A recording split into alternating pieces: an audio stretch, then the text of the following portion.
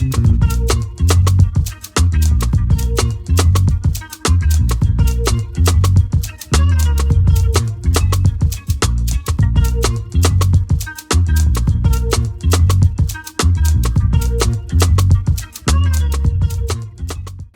to have you on here. Thank you for having me. I want to start. I'm not a prop guy. It's not me. But today, we're going to do props. So I want to start with how I met you. I thought this is After Attack, where I reach back to something I drew earlier. I met you in 2012. Wait, I say I met you. I saw you. Didn't know who I was. 2012, you were at Portcullis House, I think. Or was it 2014? Yeah, no, 2012. 2012. Yeah. My friend, I think Josh, told me, oh, we should go see this launch of something. I was thinking, launch of what? Well, launch of what? Kind of thing, right? And we went to Portcullis House. And there you were. You had written the first Kenya report. Yeah, wow. And look at this. And I remember, so, you know, people listen to this know me a little bit. Like, I'm a realist. I'm very, very seldom impressed by anything. I'm just like, meh. But I remember being so impressed and being like, wow, this guy's like 19. I would have been younger. And I just remember being so impressed, like, wow, this guy wrote this report, how politics, economics, you know, how it affects gangs. This is funny, my glasses. Serious youth violence. You wrote this whole report. It was launched in Portcullis House, which is like, because newer offices in the House of Parliament. Do you remember this? Yeah, of course. Like yesterday. Really? Do you remember this? Like, this is, for those who are listening, I'm just showing him this page about the author. Yeah, wow. Look at that. It says, I'm 19 years old and I lived in Peckham, Southeast London for most of my life. Mate, when you think back to this guy, what do you think about him?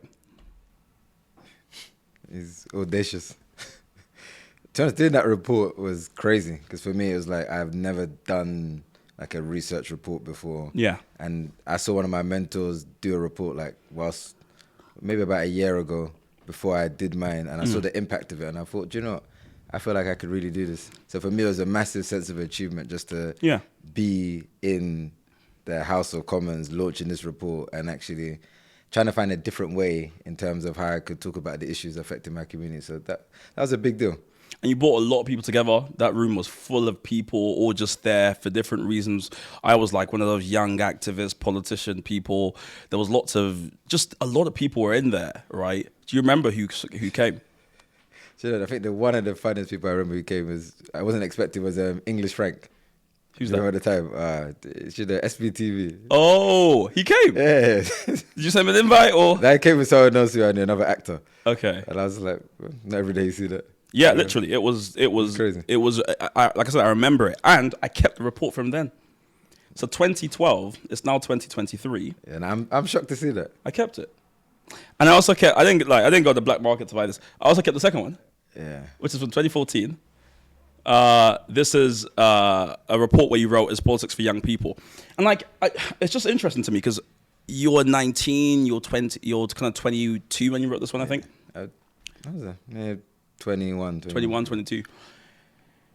Obviously, it's not normal. Like, the average 19-year-old isn't writing a report and launching it at the Houses of Parliament, isn't trying to change politics for the better, you know, kind of affect kind of policy and stuff like that. So, yeah, why did you write it? Do you know, I just... you know, the older I get, the more I realize how strange it was, like, just to be a young person wanting to do that. But to be honest, I just really thought I had a message to say, right? And it kind of linked to what we're going to talk about later. But it's like, you see, with writing, it allows you to have the ability to have a conversation with millions of people that you'd never get to physically meet and have a conversation with. And I felt at the time, a lot of young people were focused on campaigns, marches, let's do this and that. And I thought, actually, let me put pen to paper and also just do something in a way that can communicate and get through to the policymakers, right? Yeah. They are influenced by reports. So therefore, let me try this different method that other young people are not tapping into. Yeah. And for me, that's what all it was. It's like all the grown-ups and the adults and the big people that are making changes in politics are doing things through reports. Like, a lot of times, everyone was just doing, like, marches. I'm like, let's try something different. Yeah, and it was impactful. Obviously, there's people like me, individuals that kept the report. And like I said, it was very inspirational for someone like me. And there's also the Prime Minister picked up at the time. different people picked up and said, "Yeah, let's report." Did they do anything from it? I mean, did that? Yeah. Do you know, I would say, dude, I like to believe that inspired different people with ideas. Yeah. And of what they could be doing. So for me, that was more than enough. I would say when I look back at some of the reports, I read the recommendations, I can see some of the things that have like filtered through across whether the Kenny report 1, 2, or 3. So I can see certain changes that have been made. But to be honest, these are not just changes that I've just asked for. There are other people that are pushing, tirelessly spending years, decades of their life to push these things through. Yeah. So for me, it's more about communicating solutions. And I don't have the third report, by the way. Yeah, so, it's a mess, right? I need to wake up. No big deal. The fact that you got the first two, that's it. What makes it even more amazing, and this kind of takes us a bit into your story, and I think why, obviously, disclaimer, I know you're outside of this. You're not like one of these new people that have to be like, oh, how are you? So been following your journey and stuff like that. But I think what makes this more amazing is, so that first report, you were 19 years old. So 19 years old, try and imagine if you're listening to this, right? 19 years old, House of Commons, launching this big report. All these people are sort of like, wow about it. 2 years earlier, or maybe 1 year earlier, a year earlier, you were not in the House of Commons. No, not at all. And for me, it's the irony of like just how much of your life can change in 1 year, first and foremost. Because coming back to the stories, like I was literally I've come from spending 24 hours a day in a prison cell to a year later, essentially being in the House of Commons, launching this report. So what happened? I mean, this has been well documented. You've spoken about it extensively. I literally watched was it last week? You on a French, France 24. Yeah. That's the one, talking about your story as well. And obviously, again, knowing you outside of this, also aware of some of the story. But what exactly happened? Why were you in a prison cell a year before you launched this report where everyone's clapping and going, Kenny? That's crazy.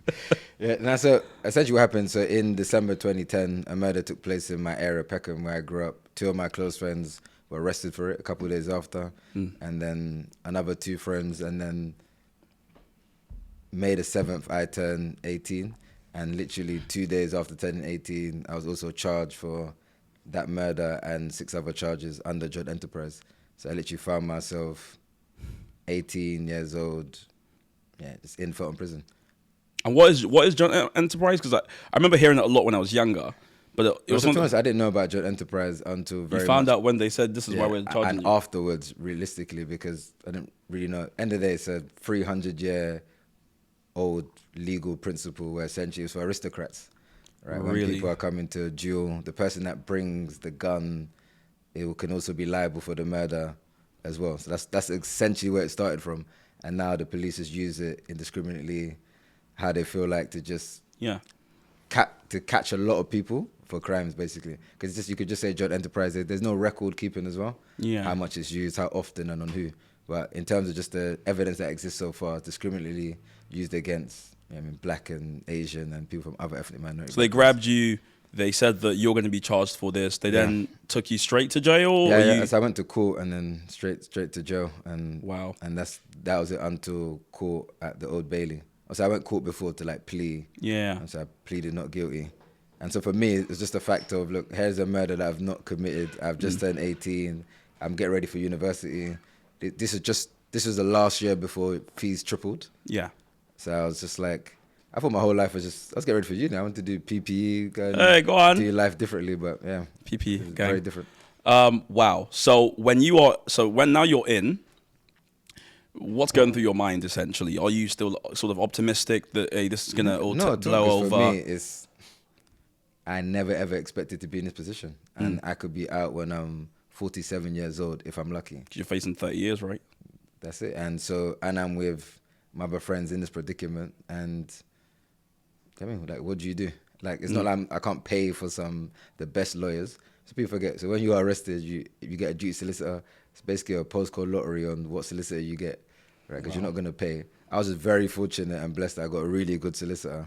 But apart from that, it's a lot of times they're coming to meet me, asking me for like, what's my case? I'm like, listen, I'm not involved. Yeah, but you're literally 18. Yeah, but for me, I think outside of the difficulty of feeling like I'm in this position and basically it's like your whole world has ended, right? Even if I'm optimistic, that I'm not walking every day like smiley and happy. It's like I could be doing 30 years. That's a lot to comprehend. That's almost double the life that I lived. Does that make sense? Yeah. And it's a minimum, so you could still spend more than 47 that I'm talking about. So you have to imagine that's a lot of weight on a kid, a teenager. And obviously I think I find it so interesting, you know, you were there for 6 months in total, and everyone just kind of glosses over that. But like for an 18-year-old, 6 months is a very long time. Very long time. Yeah, because Hey there, just want to say thank you for listening or for watching this podcast. We have a great desire to grow this podcast, and one of the ways we're going to do that is if you listening follow, or if you are watching, you subscribe to the podcast. The faster it grows, the more guests we can get, but also the better the podcast gets. So please, just do me a favor, hit the subscribe button or the follow button. Back to the episode. Single day, it's your freedom that's taken away. And also just like education as well, right? Because I was doing my A-levels, getting ready for university. So the fact that I even got to do my A-levels in prison for me was a big blessing. That gave me... Sorry, you did your A-levels in university? No, in prison. Sorry. Wow. Yeah. Who invigilated? How did it work? Nah, just something that I fought for. They'd never done it before and felt in prison. Wow. So they just sort of gave you a room? It's definitely never that straightforward, because my college were like, no, they didn't want to facilitate it. Really? But another woman in there, Joanne Hodgson, was very supportive, really went out of her way to just really fight my corner. That's how I ended up doing my A-levels. I did it, same kind of situation everyone else in the room, invigilator. Yes, I did philosophy, politics, and history. So I did those A-levels, and that gave me a sense of hope and optimism, thinking, do you know what? Well, God, if I've done this, maybe it's optimism. I don't feel like I've done this for no reason. But but it's very hard, because at the end of the day, it's the mental battle you have to fight each and every day. This is what I was trying to get at, because it's 6 months. And I think, again, like, I mean, there's people who try to stick to a diet, and after 3 weeks, you're like, hey, this is a long time. So like, I just think it's the part of your story. I think I've seen people sort of kind of mention and just kind of move on, and I'm like, I don't think people understand what happens to people in there, because what I'm really interested in as well, and I suppose a part of the answer is just it's about the strength of your character, right? But you know, a lot of people go to prison, they're changed by it. Like, you know, some become bitter, some are optimistic, whatever.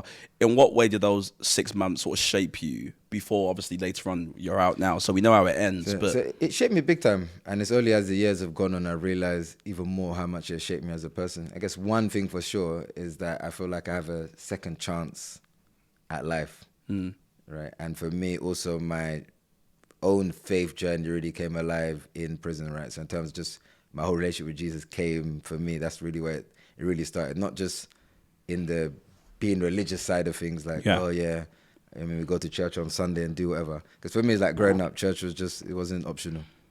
This is just what you did. And even for me, to be honest, when I went to jail, I was very angry with God and everything else. But, I mean, that's where my journey started. And so there's a lot that has, just even that relationship itself has shaped who I am and decisions I've made and my own values. But then just the fact that, like I said, have a second chance at life, it's a very different way. So my level of gratitude and everything else, because obviously on my case, I mean, I've got 2 close friends. One got 30 years, the other one got 26 years on the same case as me. And they're still in now? And they're still in now. They're still fighting those cases. But you have to imagine, so though it feels, I mean, it's a real blessing to be out. Yeah. That whole memory and this whole thing is still going on, right? Because I still have 2 people that I connect with. One of them has a daughter. I mean, she's growing up. So even as I see her growing up now, wow, it's also showing me how the years are just going by.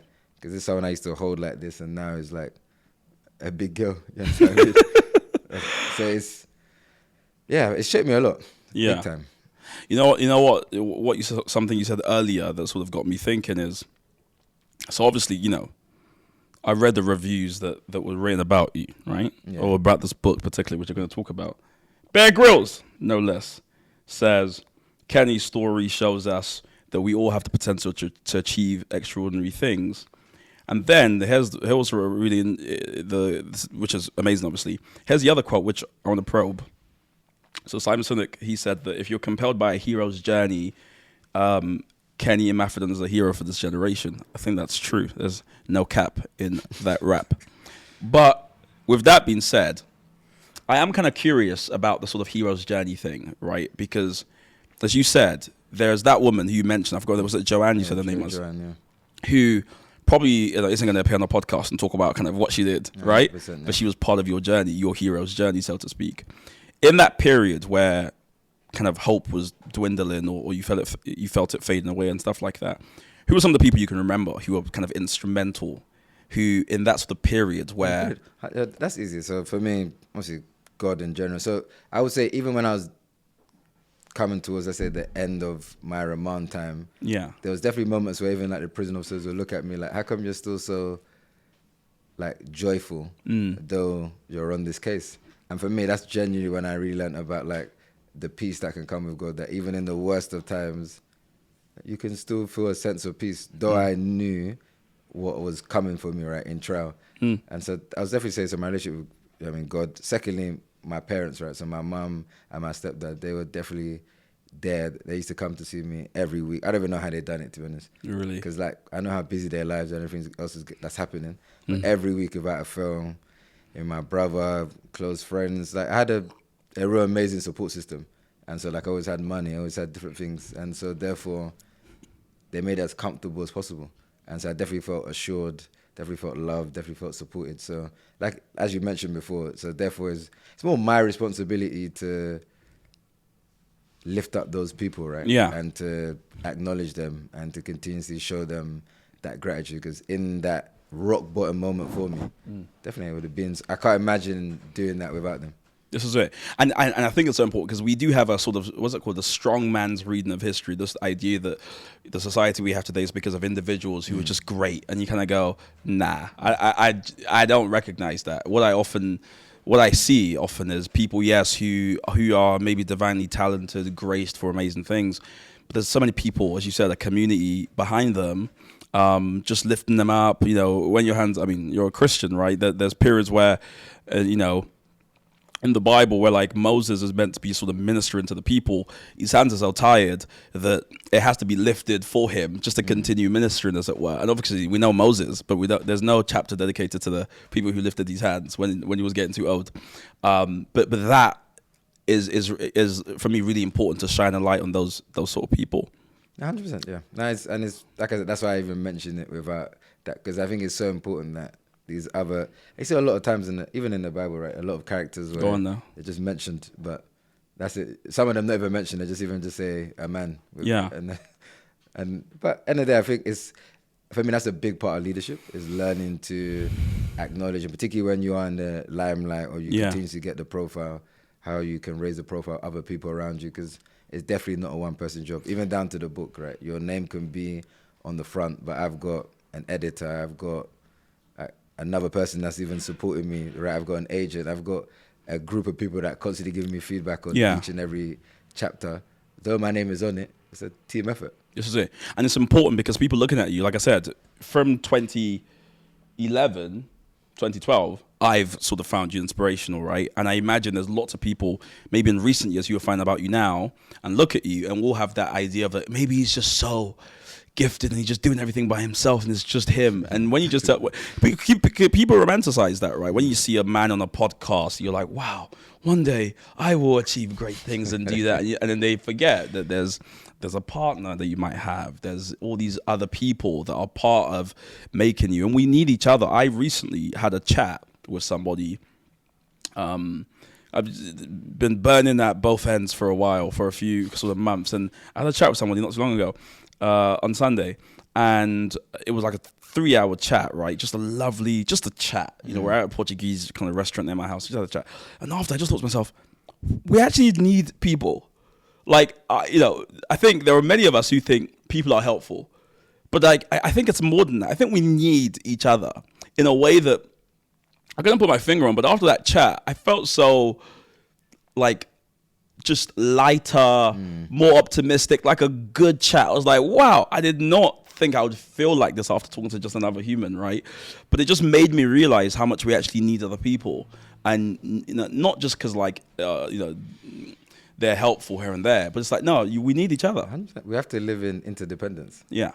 And for me, that's really where I would say my leadership journey has thrived and where I've been able to flourish, where I focus a lot more on how can I be the best possible team player, Mm. and that has just shifted the game. So a lot of people have very old school mindsets, like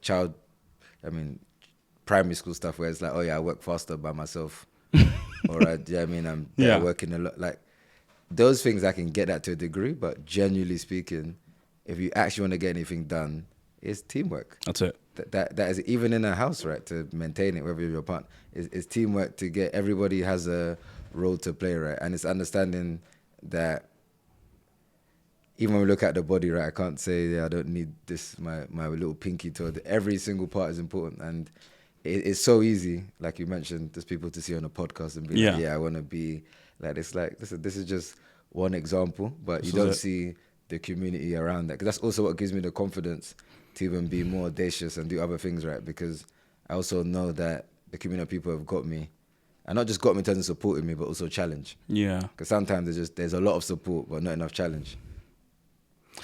That's very powerful. I think we are maybe 1 minute away from this turned into a Christian podcast. So I'm gonna rein it in, because as you were saying the body, I was gonna start quoting. I said, let me slow down.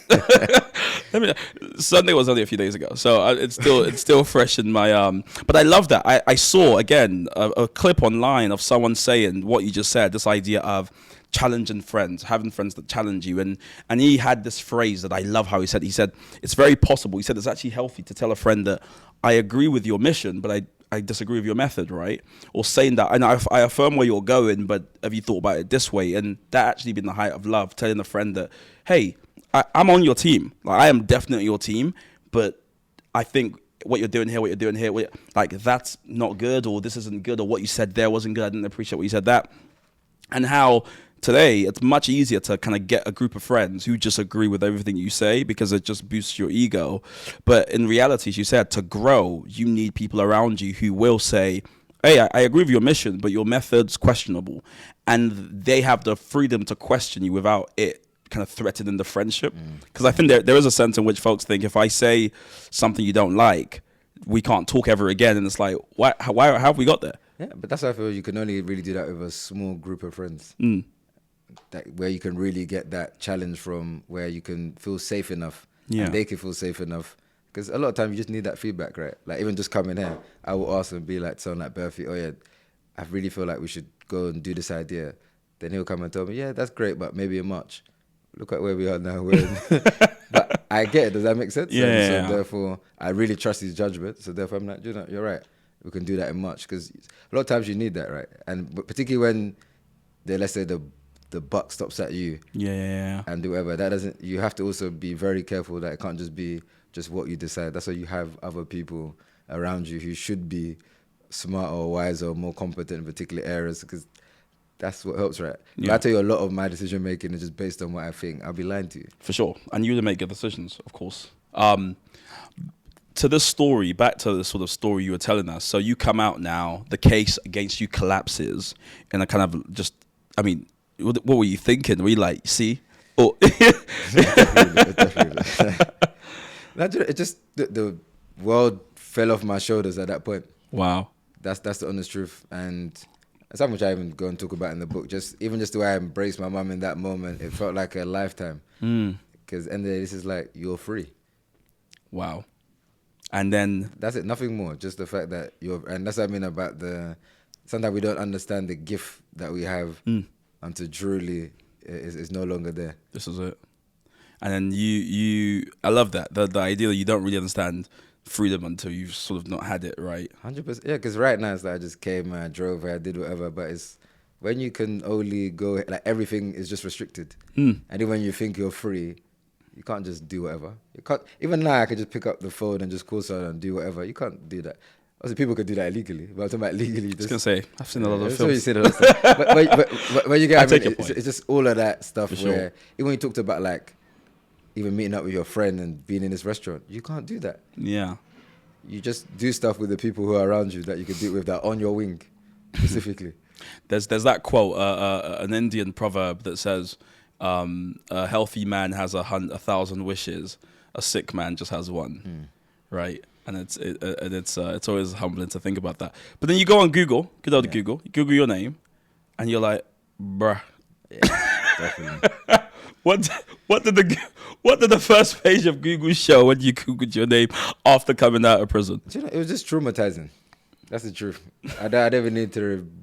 I can't remember, but all I know, I just saw things like murder, firearm, this and that. Because even one of my friends, they sent me like a cutting from one of the papers. Yeah. So it just looked like this guy's just gone and done some serious stuff.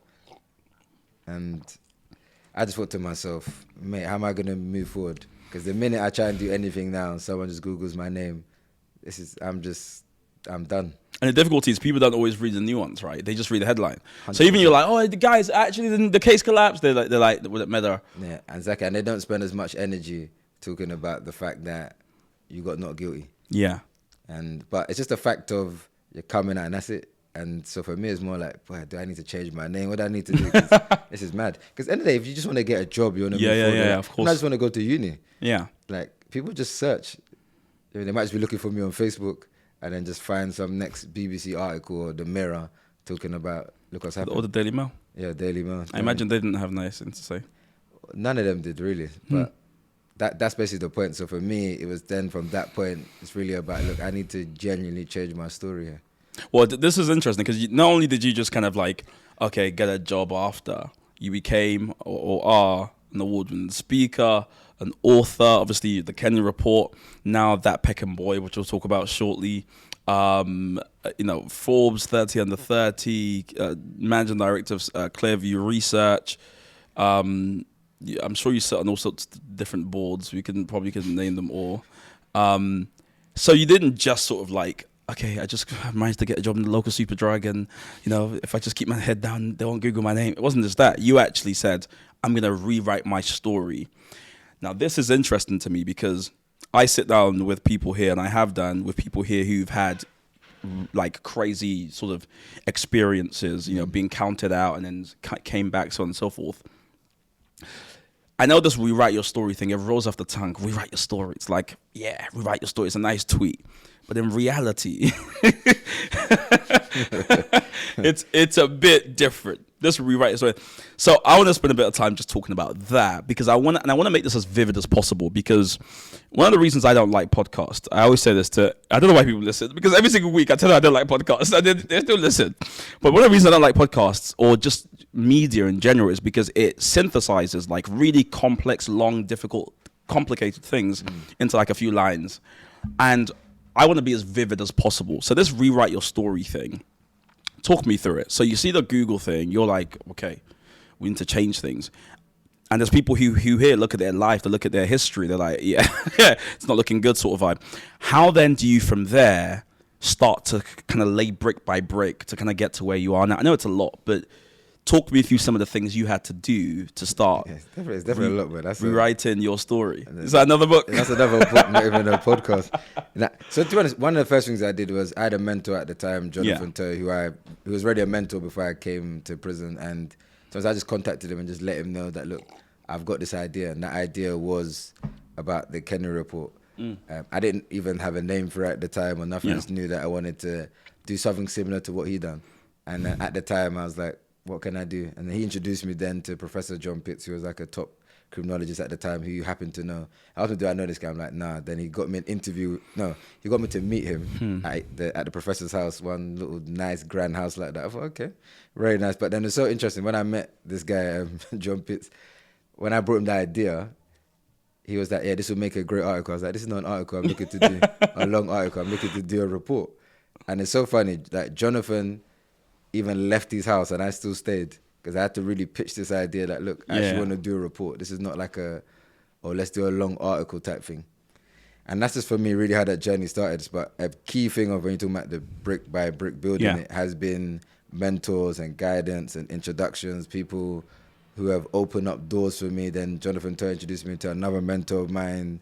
So that's how I done the report like with Viv, Core Plan. So I just kept meeting people along the journey. It didn't just all happen overnight, but then internally, for me, that's where a lot of the real work had to happen, right? And that's kind of the stuff that I touch on in the book, is in relation to just that character transformation. Like that for me was where that work was more deep than the other work I'm talking to you about. And what did that work involve? Because for me, I have to be very clear on just my identity and what path I'm going to go, and also learn to adopt this mindset of no excuses. And for me, I started to just also appreciate that, look, this is just the road that I'm on, right? Because up until that point, look, I've done so well professionally, but these are the kind of stuff I got to talk about in the book. But at the same time, look, I'm still hustling on the streets. I'm still making money. I've had all these amazing opportunities that I've grafted for myself. And I was literally coming out saying, look, I need to go on this road here and just, I'm going to do whatever it takes. I'm going to read. And that's how I really ended up doing the report. It's through Jonathan Toy doing it, backing me to do that as well, giving me some money to do it as well. At the time, I thought this money is useless. But it taught me to be humble. It taught me the value of making money. But at the same time, I did something purposeful. And through doing the report, I made so many connections through the people I interviewed, through the people who I interviewed who then spoke about me. So I was just building up influence, building up my network. And also I was doing something genuinely different.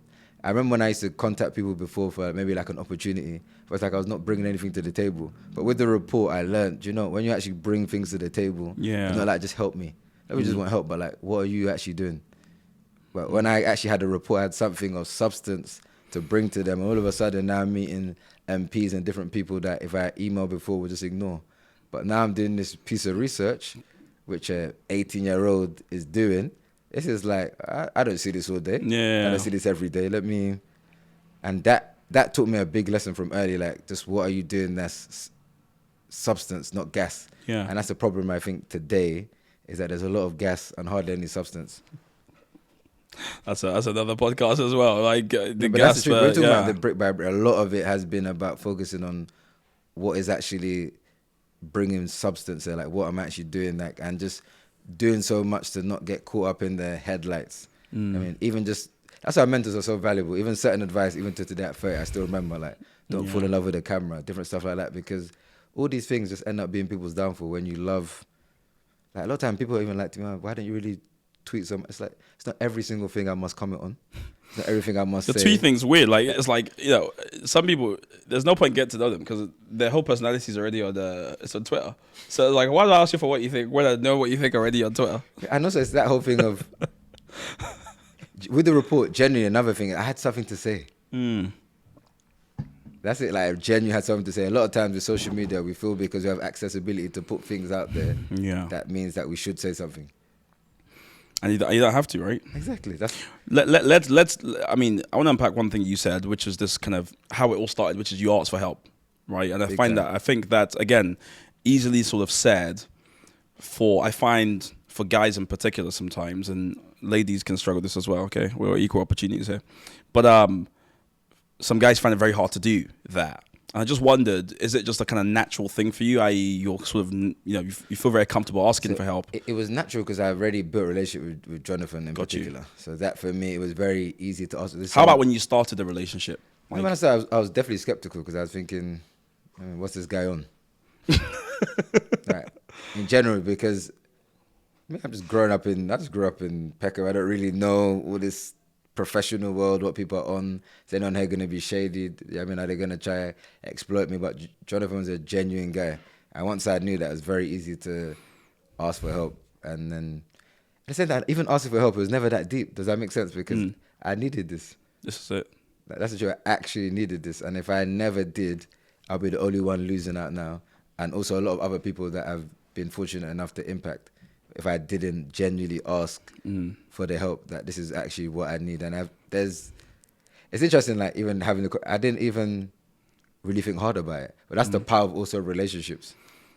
It honestly was a no-brainer. The asking for help, I find it's so fascinating. Again, this is actually one of the topics of the conversation, the person I was talking to you about on Sunday, where I don't know if it's a British thing. I think it might be a cross between one growing up. I grew up in Woolwich. Royal Borough of Woolwich. It was Royal Borough to make it sound nice. But my school was next to Belmarsh Prison, which some people took it as an incentive to get in. But that's that.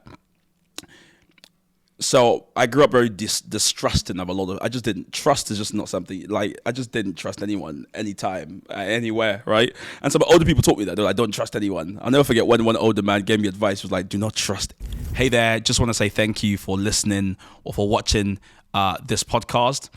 We have a great desire to grow this podcast, and one of the ways we're going to do that is if you listening follow, or if you are watching, you subscribe to the podcast. The faster it grows, the more guests we can get, but also the better the podcast gets. So please, just do me a favor, hit the subscribe button or the follow button. Back to the episode. Anyone ever? I was like, this sounds a bit toxic, but I was like, cool. There's being British. And I was talking to this person on Sunday, and they were saying, well, or they're kind of posing the question why we don't feel comfortable just asking for help, or like, you know, in another life, I look after a charity, right? And for so long, we funded everything ourselves for years. You know, we just funded everything ourselves. We got to a stage where the work got quite big and we needed help. And we just never asked anybody for money or for help, because we just kind of just thought, why would you do that? You should never do that. And I'll never forget when we met this lady, lovely lady, who just like loved the work we do and decided she was kind of on assignment to help us out, right? So she started helping us out. And she got to a stage where she's been helping us out for a few months now. She invited us to this event. We went to the event. We enjoyed it, whatever. Then at the end, we're like, thanks for inviting us. We're about to leave. And she said, Mike, come back. And I was like, yeah, she was with her husband. She was like, I've been helping you guys for, you've never asked me for money to donate to what you're doing. Like, why? And I was like, oh, you know, you start becoming, oh, well, you know, if you liked it, you know, just stuttering, just a mess all over the place, right? She was like, we'd love to give you guys money, but you just never asked. And she said, this whole evening, I've been waiting for you to kind of pop the question, like, will you help us, like, and I just thought to myself, it never even crossed my mind to ask her to help me, even though we clearly needed help. And I just thought, why is that? Why is it so ingrained in us? And maybe it's just me, right? But why is it so ingrained in us not to ask for help? When we look at our situation and we're like, I need help. Why do people struggle connecting that need they have with asking and actually making it clear that they need help? I think one of the reasons is to do rejection, right? That's a big core part of why people don't ask, because it might take, just because it takes you a lot of vulnerability to ask, that doesn't mean someone can't be like, do you know, I feel you, but no. Now that person also hasn't done anything wrong, but because you feel like, that I might never do this, and now like, and that's it. A lot of times, in order to avoid rejection, we don't ask for help. But a lot of times, because sometimes we can internalize that as, damn, I've been rejected. But forgetting that, even down to asking for help, right? And you've obviously seen if you're charity and other things you're doing, even if one person says no, like even if 9 people say no, and one person says yes, sometimes that one yes is enough. That's it. Like that's the truth. And I feel like sometimes in your life anyway, I know that you take enough risk elsewhere. Yeah. But then it's that whole thing of now when you have to, particularly in the charity context, you need support from other people. There's that belief as well that, you know, it's just going to come, but I'm not going to. It's like, we love sometimes things to be so heaven sent.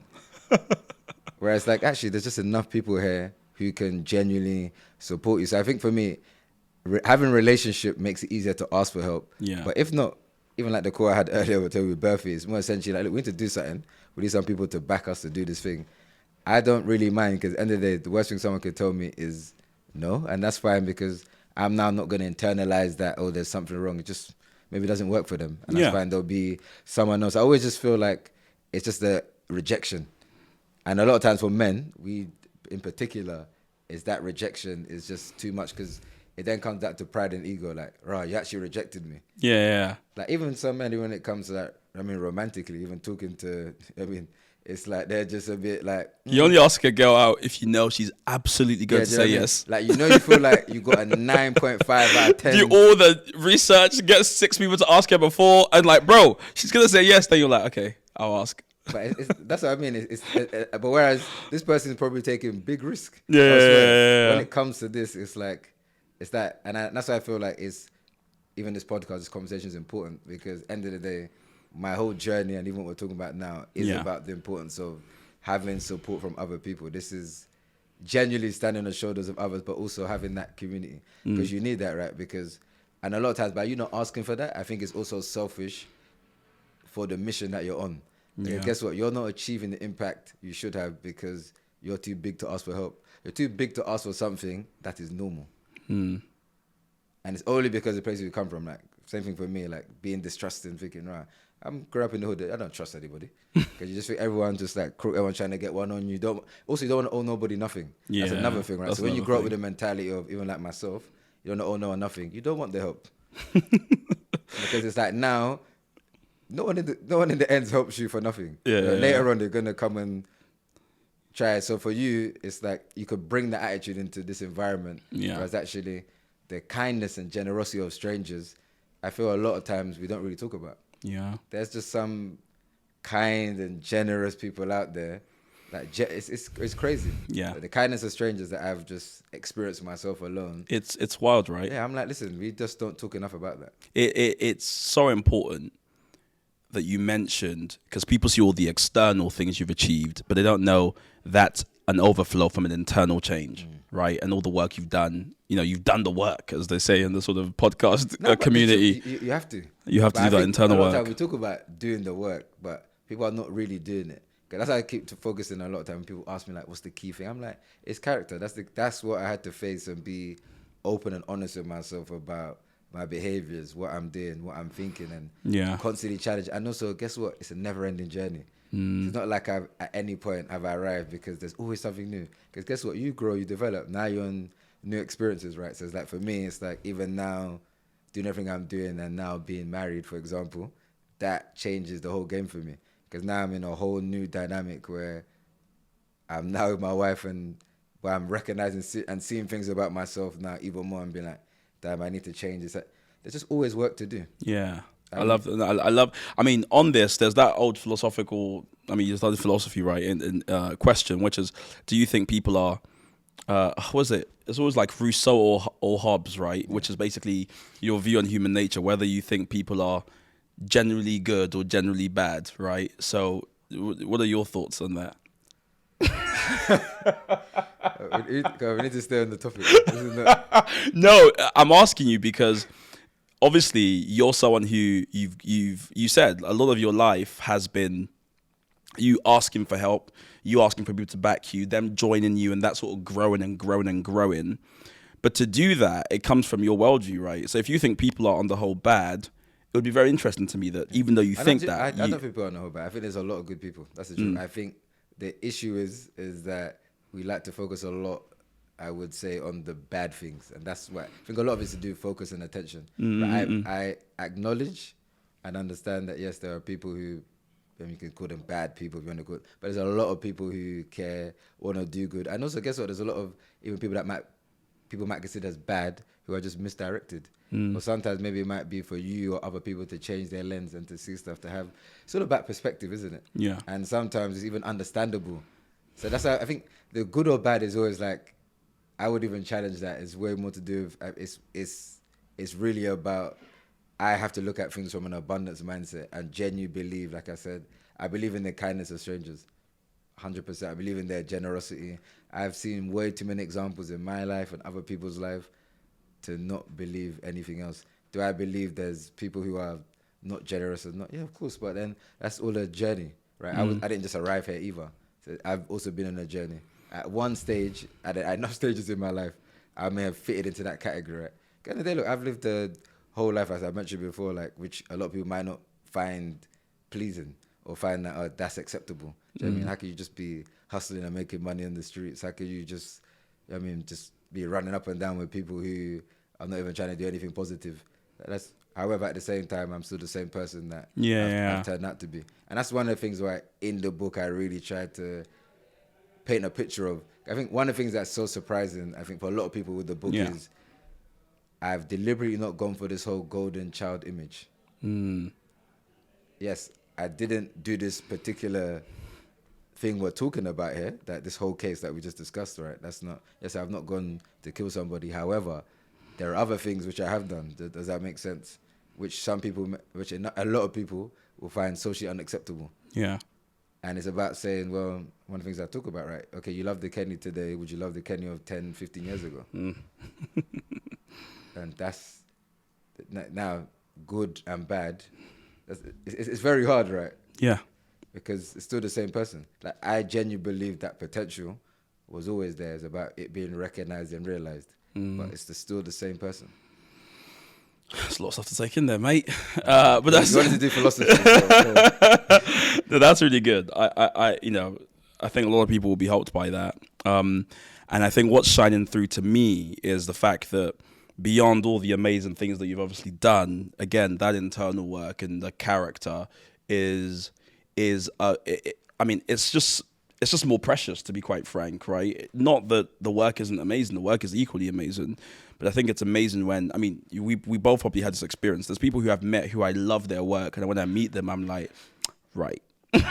Maybe I'll stick to their work, sort of like, this is someone you're meant to learn from a distance, and there's nothing wrong with that, But I think it's lovely when people's work is amazing, right? And then you spend time with them, and you're like, oh, and they're also amazing, and you can see how the work is sort of the overflow of all the sort of stuff that happens internally for them. So that's really encouraging.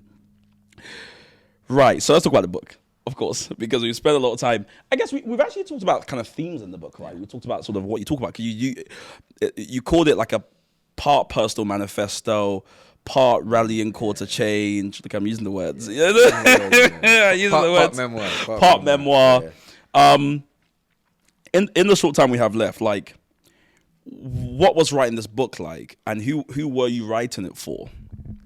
So writing the book was hard work. I want to say hard caps and many D's. It could easily be the hardest thing I've done. And I genuinely say that because of just how much time it took. And also I had to develop a whole new skill. Like if I think about my first draft of, let's say, sample till now, Lord have mercy, they're just completely two different things. Like what I thought was even good, that's like good maybe for your friends in a blog. Really? It's not Penguin's going to publish this good. Wow. And that's just me being honest, because I had to really learn this. I started writing in late 2017, and it's only come out like less than 2 weeks ago. Wow. And who or what's yeah? Even before that, what shocked you the most about it? Like, what was the most difficult thing about it? Was it just sort of like the actual putting together? Emotionally, I didn't know how challenging it would be to actually write the book. The difference is, like, even with podcasting, when you talk about a story, a lot of times you don't even have to sit in it. Whereas when you're writing a book, you have to write about the emotions, and you need to show the reader, not tell them. Yeah. Very different.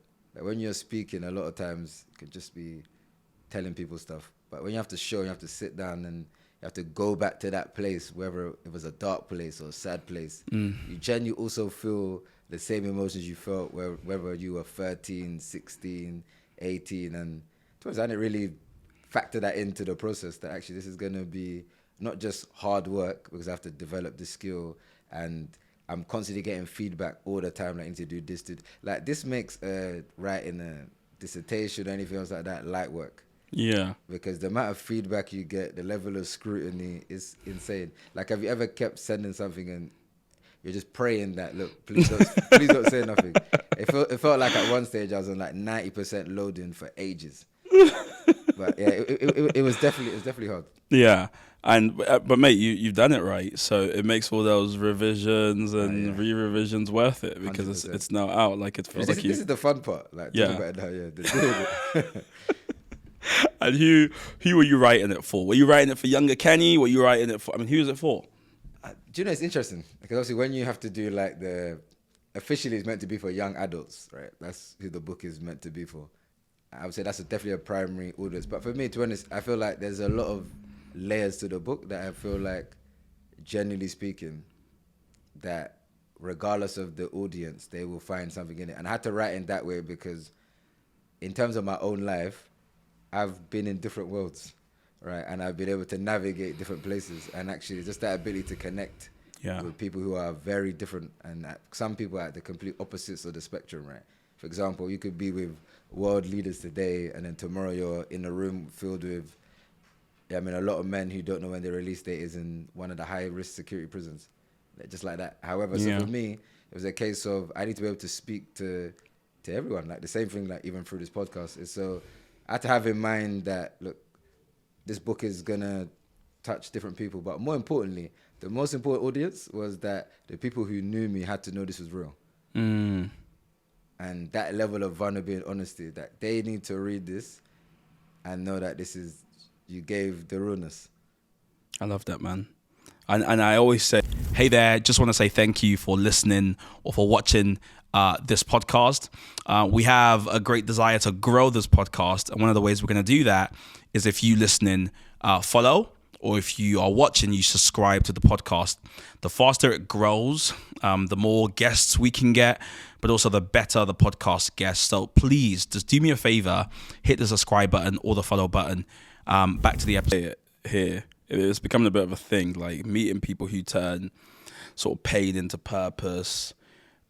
I think there's nothing more precious in the world than seeing that, because a lot of this probably reveals much about what I think about the world, but a lot of the world is like malevolence. It's just pain. It's just random pain from random places, and people don't know what to do with it a lot of the times. They're like, this is just unfair, as you said in the past, or they're angry at God if they sort of believe in God. But seeing people like you who turn like all like pain essentially into something like meaningful and precious is rare, and I think it's really amazing actually. I think it's really great, and I think obviously you'll see all the feedback, from people who kind of text and say love it, but then there'll be random people who keep the report, right? Who you'll never know. I mean, there's no way you had any clue that. And bear in mind, a lot has happened in my life in the last 11 years. I've moved, I've traveled, but I have a few things that I keep, and this is one of them, right? And so when you reflect, and I guess this is kind of ironic because you can't do it, but when you reflect on the people who will be touched by this, but you won't know, like, what does that do to your mind when you consider that? Do you know what's funny? I really try not to think about it. See, like, even with the book, for example, I've made a commitment, like, I'm not going to look at no reviews. Okay, cool. You say, like, it's done. It is finished. It's finished. I did what I wanted to do with this. Yeah. I knew that I was authentic and I was genuine. And so for me, what it has done when I reflect now where I am is it's also showed me that actually, you actually have the gift of storytelling. But before this podcast, you asked me a couple of years ago, even a year ago, do you see yourself as like a storyteller? I'd be like, nah. I mean, maybe that's some next creative because I'll be thinking of someone big who I might know. But actually, I got this. So it's also affirmed things about myself or helped me to discover things about myself which I didn't necessarily hold to be true. Yeah. And for me, that's the beauty. But now it's done. Hopefully people read it. It sets them free one way or another. I did my job. Yeah, that's it. Like I've done I feel like I've done what I needed to do, right? And look, yeah, God willing, does well. Final question for you. Do you still live in Peckham? Nah, I moved after I got married. Okay, good. That's a good reason to move. Yeah, so. And I asked our last guest this. He said he doesn't reveal location. I was like, oh, where are you from? Where in London do you live? He's like, no, I just know that. I said, okay. It's funny if listen, London is so big. I come and be like, oh yeah, I live in South East. It's like, where you gonna find me? This is it. So once I got married, I moved there. So now you just visit and that's sign it. books. Yeah, speak to kids, that sort of stuff. Mate, I wish you so much success and just can you wish someone impact?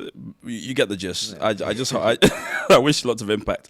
I mean, keep doing what you're doing, of course. I really hope the book does well. It's looking like it is already doing really well, really well received. I'm very grateful. But again, I know you're not thinking about numbers and stuff like that. No, but the truth is, all these things, it's amazing when you hear the news, but I feel like I've tried to make sure I remove a lot of the impact. Because, for example, even down to that first Kennedy report, I had no clue how beneficial it would be for me moving forward in my life. I never knew things would blow up and change for me like that. The important thing was just actually doing it. Yeah. So for me, the more important thing with this book is that I'm very confident that people will read it, will get into the right hands. And that's it. It's really to give people a sense of hope. So I feel like everyone reads that, has a renewed sense of hope, then my job is done. Thank you for coming on this podcast, man. Thank you for having me, bro. This was fun.